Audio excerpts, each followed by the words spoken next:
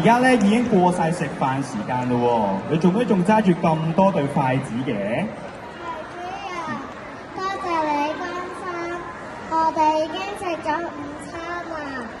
啲筷子咁靚，梗係唔係用嚟食嘢噶啦，係用嚟跳舞㗎。吓？乜筷子都可以用嚟表演跳舞嘅咩？